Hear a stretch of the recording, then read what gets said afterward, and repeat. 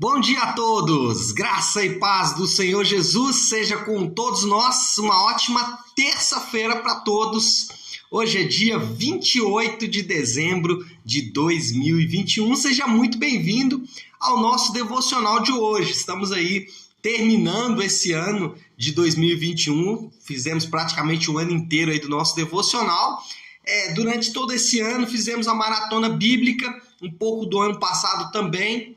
E agora estamos encerrando os últimos livros, os últimos capítulos que vamos ler nesta maratona. Então vão ser essa semana, segundo livro de Crônicas e também o livro de Tiago e de Judas. E assim nós encerramos a maratona bíblica, mas já a partir do dia 3 de janeiro, segunda-feira, nós iniciamos uma nova maratona, reiniciando a leitura da Bíblia. Então você que quer ler a Bíblia toda, que tem vontade de ler a Bíblia toda, mas não de Gênesis a Apocalipse, nós seguimos ali uma outra ordem, uma outra lógica.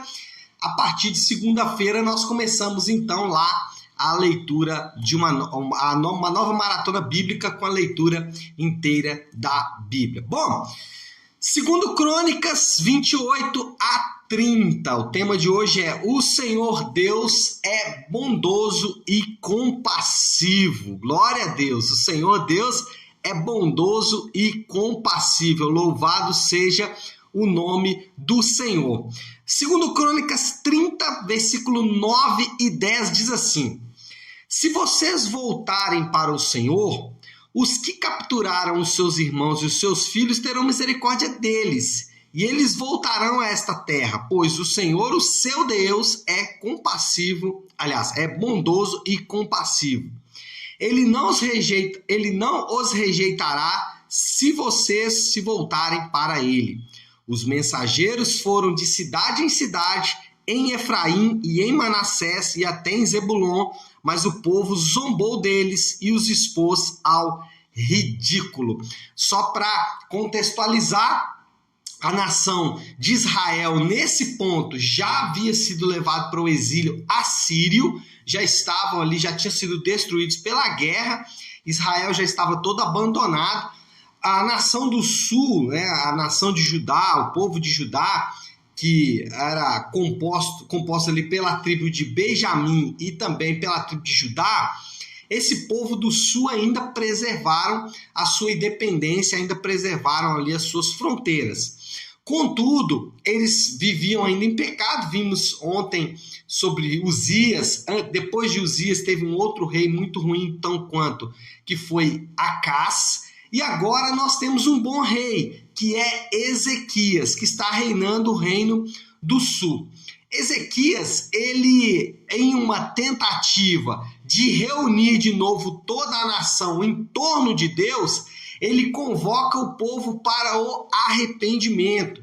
Uma tentativa de tentar criar de novo uma unidade nacional, uma tentativa de novo voltar toda a nação de Israel para a adoração a Deus. Ele convoca não só o Reino do Sul, não só aqueles que ainda mantinham a sua independência nacional, mas também convocam a nação de Israel, o remanescente que havia sobrado no Reino do Norte. E ele, nessa tentativa, ele vai convocar o povo então para o arrependimento. Agora, preste atenção. Buscar a Deus em arrependimento é o único caminho de volta para Deus. Não existe outro caminho de volta para Deus que não seja o caminho do arrependimento, da humilhação, do reconhecimento, tanto da nossa completa bancarrota, tanto da nossa completa falência, como também de uma absoluta necessidade de buscar ao Senhor. Então, Ezequias convoca o povo para o arrependimento, e esse arrependimento, obviamente, é o caminho de volta para Deus. E essa talvez seja uma grande dificuldade que a gente enfrenta nos dias de hoje. Quando nós vamos evangelizar alguém, quando nós vamos chamar a pessoa de volta para Deus, quando nós vamos falar das maravilhas do evangelho para a pessoa, normalmente a pessoa diz assim: não, mas eu não estou distante de Deus. Eu tenho um relacionamento com Deus, eu converso com Deus no meu quarto, eu falo com Deus durante o meu dia, eu tenho muita fé em Deus. A grande dificuldade das pessoas hoje é que elas não querem o arrependimento. Elas imaginam que já são cristãos, eles imaginam que já são de Deus. É o que nós chamamos de crente nominal. Ele se diz cristão, ele se diz próximo de Deus, ele relaciona possíveis momentos de oração, de busca de Deus ali no seu dia a dia com um cristianismo verdadeiro. Ele relaciona uma pseudo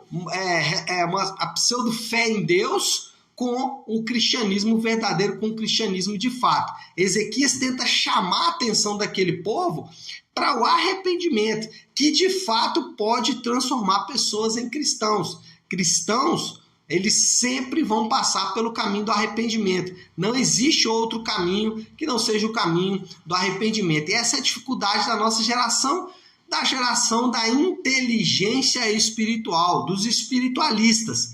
É que, na cabeça deles, eles não precisam voltar para Deus, não precisam arrepender-se dos seus pecados, não precisam buscar ao Senhor. Eles já têm isso. O que eles querem é tentar melhorar um pouco a performance espiritual deles. Eu me lembro de algum tempo atrás que eu estava conversando com um visitante que teve na nave, e aí ele falou comigo assim: não, mas eu tenho muita fé em Deus, né? Eu leio a Bíblia, eu já até fiz um curso de teologia, mas o que eu estou buscando é alguma coisa que pode encher o meu coração. E aí eu, com muita dificuldade, expliquei para ele o seguinte: olha, se o seu coração está vazio, de fato você ainda não conhece o Senhor. Se você sente um vazio no seu interior, se a vida não tem propósito, se a vida não tem sentido, não tem significado, se a vida não tem cor para você, se ela é insossa, sem sabor, é que você ainda não experimentou um relacionamento com Deus. Você precisa do caminho do arrependimento. Você precisa reconhecer diante de Deus essa necessidade. Você precisa arrepender-se dos seus pecados e voltar-se para Deus. Foi isso que Ezequias fez. Ele convocou o povo para voltar-se ao Senhor em arrependimento. Mas não só isso. Ezequias convocou o povo ao arrependimento, mas também apelou para o caráter bondoso e compassivo de Deus para incentivar a nação. Como que Ezequias incentivou a nação a voltar-se para Deus? Lembrando a nação de que eles estavam diante de um Deus bondoso e compassivo. É o que a gente vê aí na parte 2 do versículo. Ele fala, se vocês se voltarem, né? Se vocês se voltarem para Deus, ele se voltará para vocês, porque ele é um Deus bondoso e compassivo. Então, o que motivou Ezequias a convocar aquele povo ao arrependimento não foi uma possível condenação eterna. Ezequias não disse, olha, se vocês continuarem afastados de Deus, vocês vão para o inferno, vocês vão passar a eternidade na danação eterna, né? Ou ele não usou o artifício dizendo o seguinte, olha, Deus vai pesar a mão sobre vocês se vocês não se voltarem para Deus. Não. Qual foi o fator motivador? Ele disse, olha, voltem-se para Deus, pois Deus é bondoso e compassivo. E essa deve ser a nossa motivação, o caráter de um Deus compassivo e bondoso. Agora, anote o que eu vou dizer para você. Conhecer o caráter de Deus é fundamental para relacionar-se com Ele. Se você quer se relacionar com Deus, você precisa conhecer o caráter de Deus, você precisa conhecer quem Deus é. E aonde Deus se revela? Deus se revela na sua palavra. Na Bíblia, nós vamos conhecer o caráter de Deus. Nós vamos ver, por exemplo, em Gênesis 1, que Deus é o Criador de todas as coisas. Mas nós vamos ver também em Apocalipse que Deus é um Deus justo, que Deus é um Deus santo. Em Apocalipse, várias vezes nós temos a descrição dos anjos falando com Deus, santo, santo, santo. Então, nós temos, por exemplo, lá no Salmo 23, o famoso Salmo 23, mostrando que o Senhor é o nosso pastor. Lá em João 3,16 vai dizer que Deus ele é amor, pois Deus amou o mundo de tal maneira. Lá em 1 João 3,16 vai dizer de fato, Deus é amor, Deus é luz. Então, conhecer o caráter de Deus é importante para relacionar-se com Ele. Porque, às vezes, por não conhecer o caráter de Deus, nós podemos criar uma dicotomia perigosa. Nós podemos ou só imaginar que Deus é santo e que, como Deus é santo, somente santo, eu preciso ter um padrão moral e ético elevado para me relacionar com Deus. Então eu preciso ser muito bom. Já viu aquela expressão, né? Eu não estou pronto para me tornar um cristão. Por quê? Porque eu imagino que Deus é santo, santo, santo, que eu tenho que estar top, eu tenho que estar perfeito para me relacionar com Deus. Por outro lado, eu posso me esquecer que Deus é santo e Ele é só amor, e aí eu me relaciono com Ele do jeito que eu quiser, do jeito que eu achar melhor. O que vale é a intenção, o que vale é o coração. Ontem eu falei sobre isso. O que vale são as intenções do meu coração. É uma expressão que muita gente acaba usando. Só que isso é relacionar-se com Deus ressaltando um aspecto do caráter de Deus e rejeitando o outro, ou ressaltando, nesse caso, ressaltando o caráter santo de Deus e rejeitando o seu caráter amoroso, ou, por outro lado, ressaltando o caráter amoroso de Deus, esquecendo do caráter santo de Deus. Então, conhecer o caráter de Deus é fundamental para relacionar-se com Ele. Ezequias falou, olha, busquem a Deus em arrependimento, porque Deus é bondoso e compassivo. Ezequias convocou a nação para buscar a Deus porque ele conhecia o caráter de Deus. Ezequias falou, se nós buscarmos o Senhor, se nós nos voltarmos para Deus em arrependimento, Ele é bondoso e compassivo. E, como um Deus bondoso e compassivo, certamente vai nos trazer de volta para Ele. Então, essa era a ideia ali de Ezequias. Agora, lamentavelmente, o povo zombou da proposta. Ainda que alguns tenham até buscado o Senhor, o povo zombou da proposta de Ezequias. O povo falou, olha, essa proposta sua não faz o mínimo sentido, Ezequias. Olha aí o que diz o versículo 10 do capítulo 30 de 2 Crônicas. Os mensageiros foram de cidade em cidade, em Efraim, em Manassés e até em Zebulon, mas o povo zombou deles e os expôs ao ridículo. Lembre-se, irmãos, a mensagem nem sempre será aceita. A mensagem nem sempre será aceita. Ezequias fez o que a Bíblia ensina. Ezequias, primeiro, ele se tornou um evangelista, um mensageiro das boas novas. Ele declarou para a nação, vamos nos voltar para Deus, porque Deus é bondoso e compassivo.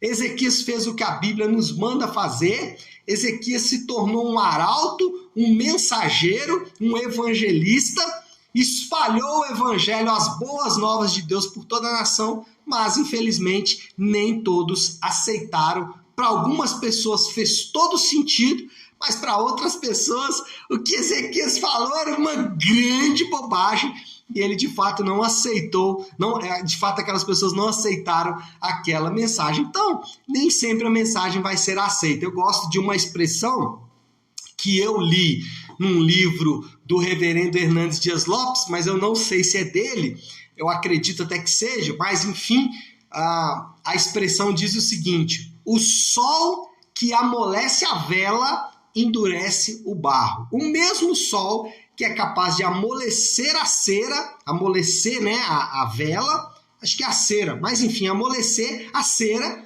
é o mesmo sol que vai endurecer o barro, que vai tornar o barro cada vez mais duro. Então, a mesma mensagem, às vezes, ela produz em algumas pessoas um profundo senso de realidade.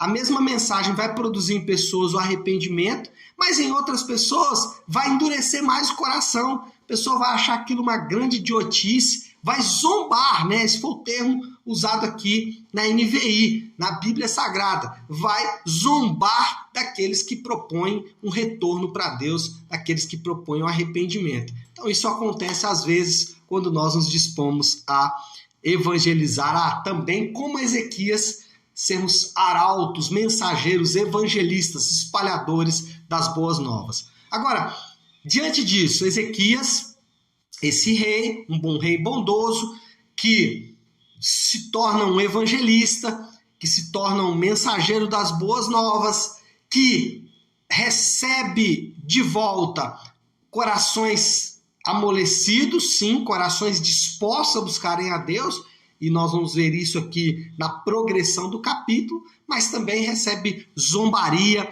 rejeição de outros. Esse mesmo Ezequias é um grande e um modelo de evangelista, um modelo de arauto para mim e para você. Então, qual é a moral da história? O que nós aprendemos com essa história? O resumo aqui de tudo que a gente falou. Os crentes, você, eu, nós, aqueles que são crentes, talvez você, nessa manhã, ainda não entregou a sua vida para Jesus, não passou pelas águas do batismo, você ainda não faz parte de uma igreja local, você ainda não caminha, não tem um relacionamento com o Senhor. Então, eu estou aqui hoje como arauto de Deus. Os crentes são como arautos de Deus, um evangelista, um mensageiro de Deus, convocando o povo para voltar-se para o Senhor. Então, os crentes são como arautos de Deus, convocando o povo para voltar-se para o Senhor. Então, você nessa manhã está me assistindo, está assistindo essa mensagem, você talvez não está assistindo nessa manhã, mas está assistindo essa mensagem. Se você ainda não caminha com o Senhor, se você, como eu disse aqui logo no início, você até acha que é cristão, você fala que tem fé em Deus, você até lê a Bíblia, mas você ainda não passou por uma confissão de fé diante das águas do batismo, você ainda não faz parte de uma igreja local, você ainda não foi admitido por um grupo de cristãos que reconhecem na sua vida, que reconhecem no seu testemunho um cristianismo verdadeiro. Eu estou aqui hoje como um arauto de Deus para você, convocando você a voltar-se para Deus, convocando você a buscar de novo o Senhor. E se você quiser fazer isso, você pode me mandar uma mensagem depois aí pelo direct do próprio Instagram, que eu vou te ajudar nesse processo seu de volta para o Senhor, de arrependimento, de busca do Senhor. Agora, se você já é cristão, se você já faz parte de uma igreja local de crentes que podem atestar o seu testemunho como cristão, aí é o nosso desafio, de hoje. Você deve convocar outras pessoas a buscar o Senhor. Assim como Ezequias, você é um arauto de Deus, você é um mensageiro de Deus, você deve, é sua tarefa, convocar outras pessoas a buscarem o Senhor. Não fique calado, não fique mudo, não permita que a zombaria e que as possíveis resistências que existirão a sua pregação impeça você de levar ao maior número de pessoas esta bela mensagem do Evangelho. Tá certo, meu povo? Vamos orar? Vamos colocar isso aí tudo diante de Deus? Se você puder, então, agora, pare aí um instante o que você está fazendo e vamos juntos buscar a Deus em oração por tudo isso que nós acabamos de falar. Senhor nosso Deus, Pai, nós queremos primeiro louvar ao Senhor pela Tua palavra, pelos Teus ensinos e porque um dia a mensagem do Evangelho alcançou o nosso coração de forma que o nosso coração foi amolecido. Eu oro para que aqueles que estão ouvindo essa mensagem também possam ser amolecidos pela verdade do Evangelho, pela necessidade de arrependimento e de busca do Senhor, que eles possam reconhecer que precisam, meu Pai, avançar no relacionamento com o Senhor. Eu oro por aqueles meus irmãos que já estão no relacionamento contigo, para que eles possam entender que são arautos, mensageiros, e que devem levar essa mensagem mesmo que isso possa refletir em resistência, em zombaria, mas que corações serão alcançados e vidas serão salvas. Nós oramos e oramos assim em nome de Jesus. Amém, amém e amém. Amém, meu povo? Bom, então é isso. Nós vamos ficando por aqui no nosso devocional de hoje. Que Deus te abençoe. Uma excelente terça-feira para todos nós.